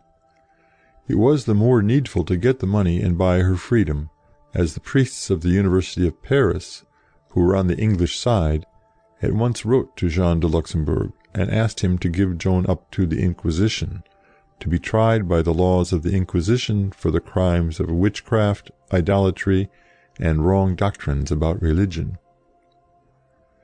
The Inquisitor was the head of a kind of religious court, which tried people for not holding the right belief, or for witchcraft or other religious offenses. The rules of the court and the way of managing the trials were what we think very unfair, but they were not more unfair than the methods used in Scotland after the Reformation. With us, old women were tortured till they confessed that they were witches, and then were burned alive, sometimes 7 or 8 of them at once, for crimes which nobody could possibly commit. That went on in Scotland till the country was united to England, at the beginning of the 18th century, and the laws against witchcraft were not abolished till 1736. Many of the Presbyterian ministers who were active in hunting for witches and having them put to horrid tortures were very angry that the witchcraft laws were abolished. The Inquisition was better than the ministers and magistrates in one way. If a witch confessed and promised not to do it again, she was not put to death, but kept in prison. In Scotland, the people accused of witchcraft had not even this chance, which did not help Joan, as we shall see. All this is told here to show that the French were not more stupid and cruel 400 years ago than we were in Scotland 200 years ago. But it was a fearful thing to fall into the hands of the Inquisition, and therefore the French king and his subjects should have paid Joan's ransom at once, or rescued her by force of arms. But not a coin was paid, and not a sword was drawn to ransom or to rescue her. The people who advised the king had never liked her, and now the king left her to her fate. She could have taken a bitter revenge on him, if she had chosen to tell tales, but she was loyal to the last, like Montrose to Charles II. Of course Joan was not a witch, and was a most religious girl, but she did not deny that she had talked with spirits, the spirits of the saints, and her judges, who hated her, could say, and did say, that these spirits were devils in disguise, and that therefore she was a witch. She always had known that they would do this if they got the chance. Jean de Luxembourg did not hand Joan over to the priests at once. Probably he was waiting to see if he could not get a better price from her French friends than from her English enemies. The Bishop of Beauvais was Joan's worst enemy. His odious name was Pierre Cauchon, and in July he kept pressing the Duke of Burgundy, then still besieging Compiègne, to make Jean give up the Maid. Jean kept the Maid in a castle called Beaulieu till August, and then sent her to another castle, Beaurevoir, near Cambrai, far to the north, where it would be more difficult for her friends like Dunois and d'Alençon to come and rescue her by force, which we do not hear that they ever tried to do, though perhaps they did. The brave Xaintrailles was doing a thing that Joan longed for even more than her freedom. She was taken in fighting to help the town of Compiègne, of which she was very fond, and her great grief at Beaulieu and Beaurevoir was that Compiègne was likely to be taken by the Burgundians and the English, who threatened to put the people to death. All this while Xaintrailles was preparing a small army to deliver Compiègne. At Beaurevoir the ladies of the castle were kinsfolk of Jean de Luxembourg.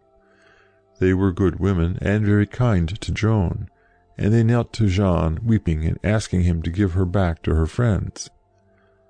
But he wanted his money, like the men who sold Sir William Wallace to the English and the great Montrose to the preachers in Parliament. So Jean sold the Maid to the English.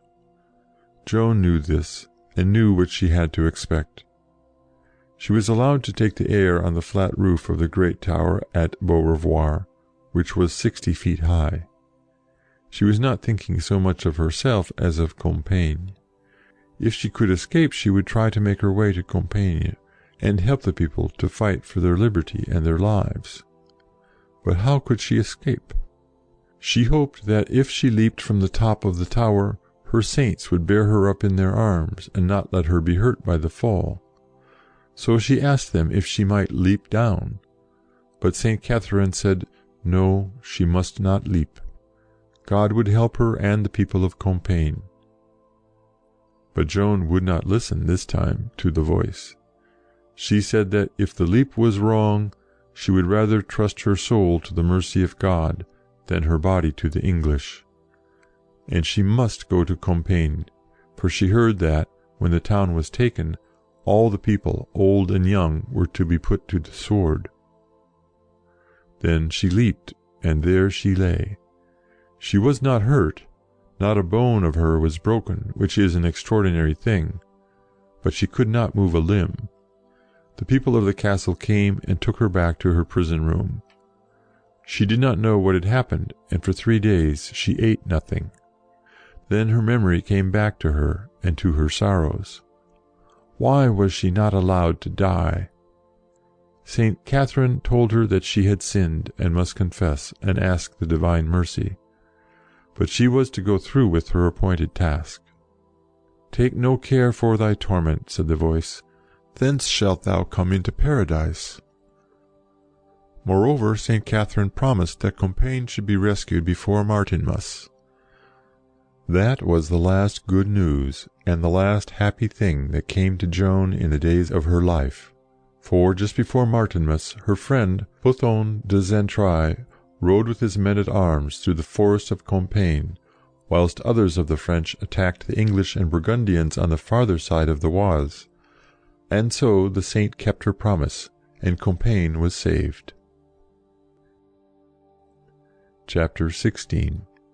The Trial of the Maid. As Joan was a woman and a prisoner of the Church, when the English had handed her over to the priests, she ought to have been kept in a gentle prison, and with only women about her. But the English were very cruel. They had a kind of cage made, called a houch, and put in a strong room in the castle of Rouen. In this cage they kept Joan, with chains on her legs, which were fastened to a strong post or beam of the bed. 5 common soldiers kept watch in the room, day and night. The eyes of men were always on the most modest of girls. We see how much they feared her. They wished to have her proved a witch, and one who dealt with devils, to take away the shame of having been defeated by a girl, and also to disgrace the French king, by making the world believe he had been helped by a sorceress and her evil spirits. In truth, if you read Henry VI, Part 1, by Shakespeare, you will see just what the English thought about the Maid.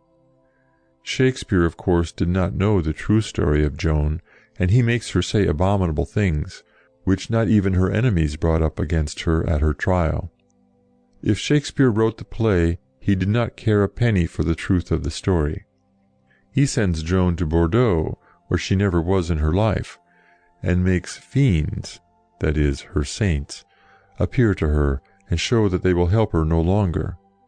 So she offers her very soul as a sacrifice for the sake of France. Quote, "Then take my soul, my body, soul and all, before that England give the French the foil." Unquote. Later she turns on the English and says what she might have said with truth.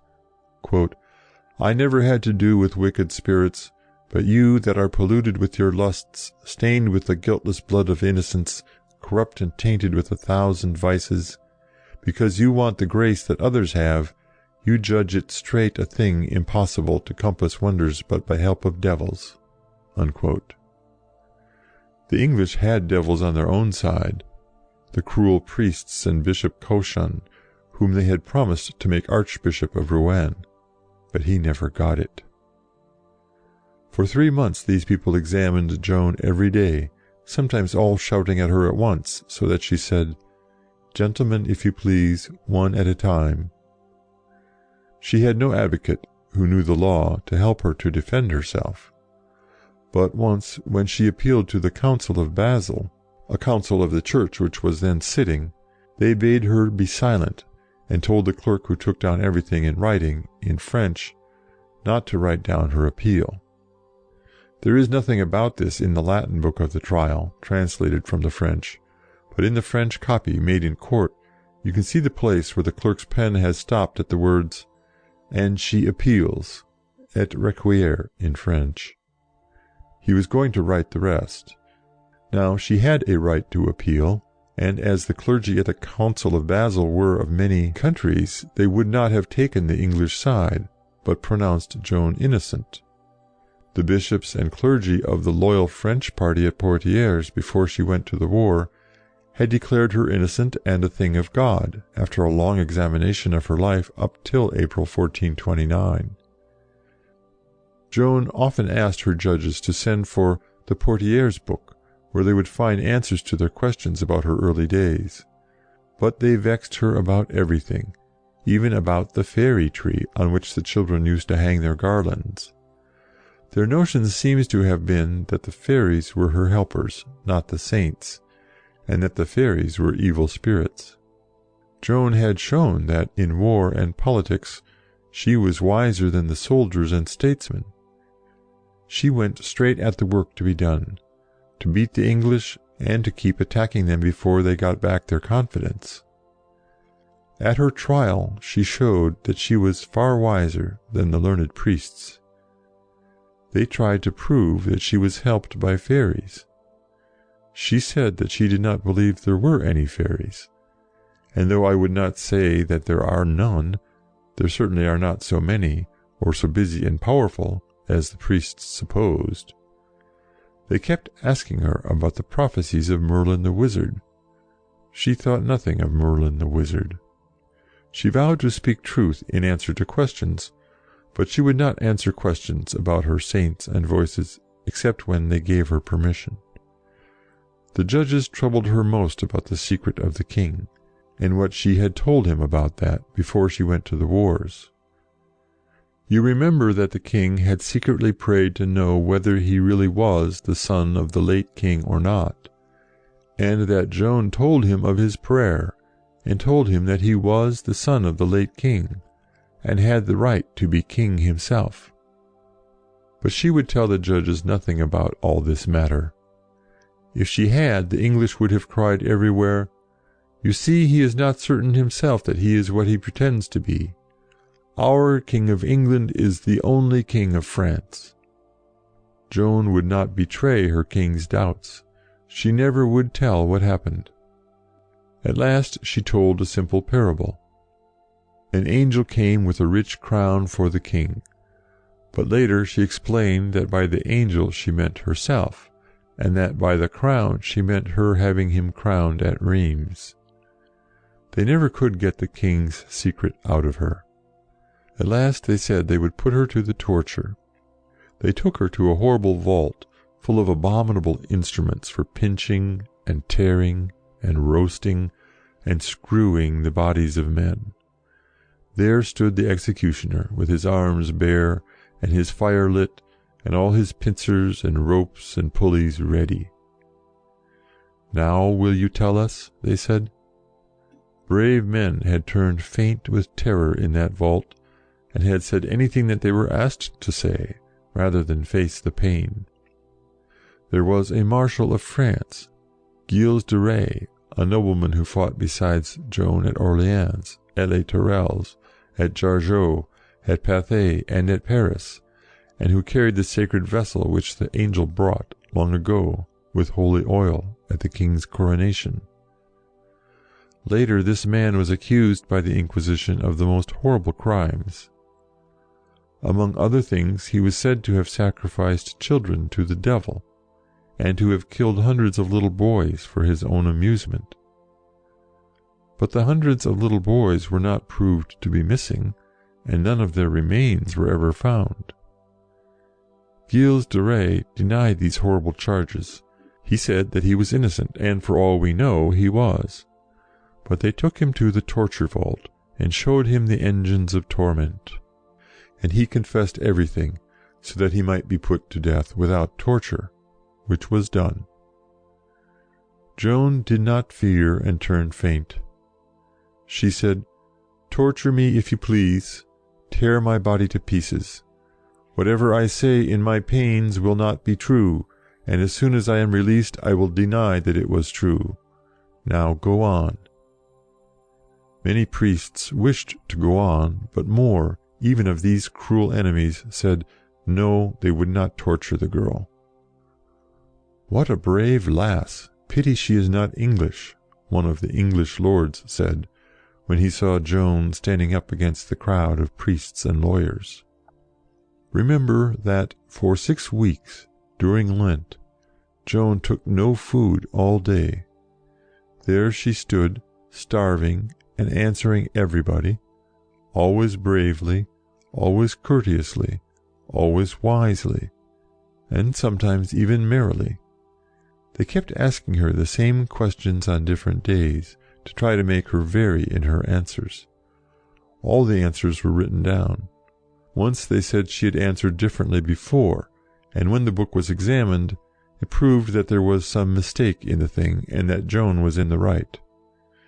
She was much pleased, and said to the clerk, "If you make mistakes again, I will pull your ears." They troubled her very much about wearing boys' dress. She said that when among men in war it was better and more proper. She was still among men, with soldiers in her room day and night, which was quite unlawful.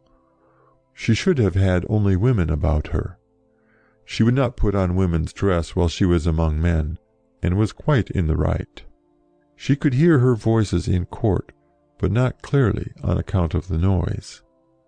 Once I suppose she heard them, for she suddenly said in the middle of an answer to a question about the letters which were written for her when she was in the wars, "Before 7 years are past, the English will lose a greater stake than they have lost at Orleans. They will lose everything in France." Before the 7 years were out, they lost Paris, a much greater stake than Orleans, as Paris was the chief town and the largest. They went on losing till they lost everything in France, even all that they had held for hundreds of years.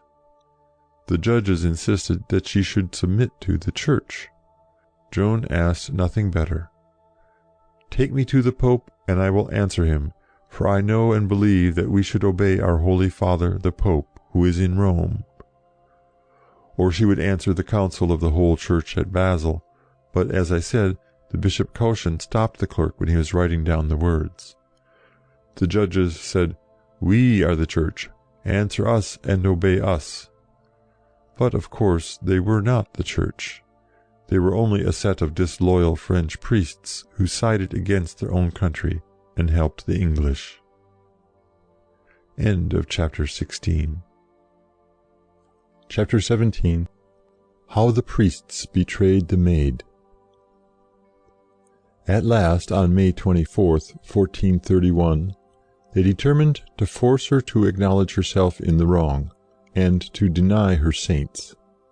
On that day they took her to the graveyard of the church of St. Ouen. 2 platforms had been built. On one stood the wretched Cauchon with his gang. Joan was placed on the other. There was also a stake with faggots for burning Joan. They had ready 2 written papers. On one it was written that Joan would submit to them and wear woman's dress. On the other was a long statement that her saints were evil spirits and that she had done all sorts of wrong things. She was told that if she would sign the short paper and wear woman's dress, she would be put in gentle prison with women about her instead of English soldiers. Seeing the fire ready, Joan repeated the short form of the words, and made her mark, smiling, on the piece of paper that they gave her. But it was the paper with the long speech, accusing her of crimes and denying her saints. This is what we are told, but later she showed that she thought she had denied her saints, so it is not easy to be quite sure of what happened. It is certain that Cauchon broke his word. She was not taken away from her cruel prison and the English soldiers as was promised. She was given woman's dress, but as they were determined to make her relapse, that is, return to the sin of wearing man's dress, for then they could burn her, they put her boy's dress in her room, and so acted that she was obliged to put it on. It is a horrid story, not fit to be told, of cruelty and falseness. "Now we have her," said Cauchon to an Englishman. They went to her and asked her if the voices had come to her again. Yes. What did they say? St. Catherine and St. Margaret told me that I had done very wrong, when I said what I did to save my life, and that I was damning myself to save my life. Then you believe that the voices were the voices of the saints? Yes, I believe that, and that the voices come from God. And she said that she did not mean ever to have denied it. On the day of her burning, the bishop and the rest went to Joan again, and wrote out a statement that she left it to the Church to say whether her voices were good or bad. The Church has decided that they were good, and has given Joan the title of Venerable, which is the first step towards proclaiming her to be one of the saints. Whatever the voices were, she said they were real, not fancied things. But this paper does not count, for the clerk who took all the notes refused to go with the bishop to see Joan that time, saying that it was no part of the law, and that they went as private men, not as judges, and he had the courage not to sign the paper. He was an honest man, and thought Joan a good girl, unlawfully treated, and was very sorry for her. He never wept so much for any sorrow in all his life, and for a month he could not be quiet for sorrow, and he bought a book of prayers and prayed for the soul of the Maid. This honest man's name was Gilbert Mansion. End of chapter 17. Chapter 18. The End of the Maid. They burned her cruelly to death in the marketplace of Rouen, with 800 soldiers round the stake, lest any should attempt to save her. They had put a false accusation on a paper cap and set it on her head. It was written that she was heretic, relapsed, apostate, idolatress. This was her reward for the bravest and best life that was ever lived. She came to her own, and her own received her not. There was with her a priest who pitied her, not one of her judges, Brother Isambert de la Pierre, of the order of St. Augustine. Joan asked him to bring her a cross, and to hold it up before her eyes while she was burning. Saith moreover that while she was in the fire, she ceased never to call loudly on the holy name of Jesus, always too imploring ceaselessly the help of the saints in paradise, and more, when the end was now come, she bowed her head and gave up her spirit, calling on the name of Jesus.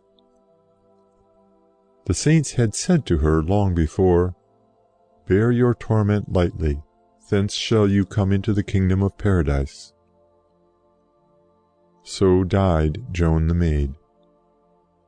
It is said by some who were present that even the English Cardinal, Beaufort, wept when he saw the Maid die. Crocodile's tears. One of the secretaries of Henry VI, who himself was only a little boy, said, "We are all lost. We have burned a saint." They were all lost. The curse of their cruelty did not depart from them. Driven by the French and Scots from province to province, from town to town, the English returned home, tore and rent each other, murdering their princes and nobles on the scaffold, and slaying them as prisoners of war on the field, and stabbing and smothering them in chambers of the Tower. York and Lancaster devouring each other.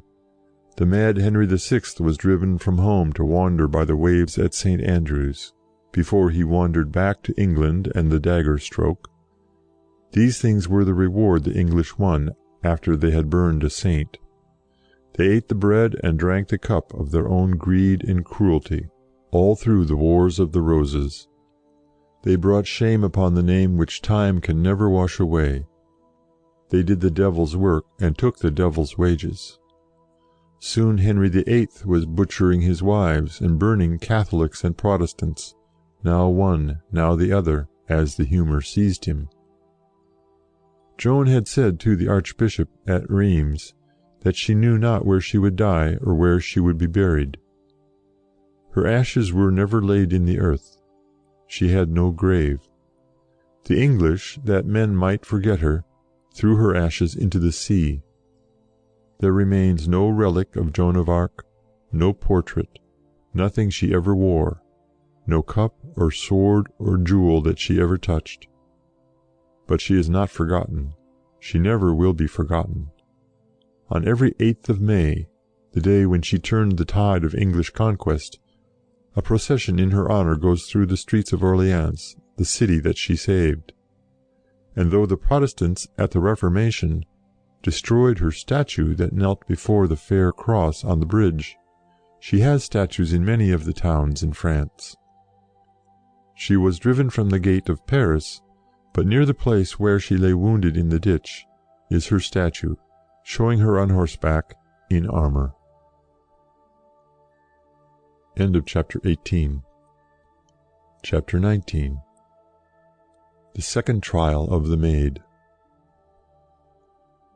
The rich and the strong had not paid a franc, or drawn a sword to ransom or to rescue Joan. The poor had prayed for her, and the written prayers which they used may still be seen. Probably the others would have been glad to let Joan's memory perish, but to do this was not convenient.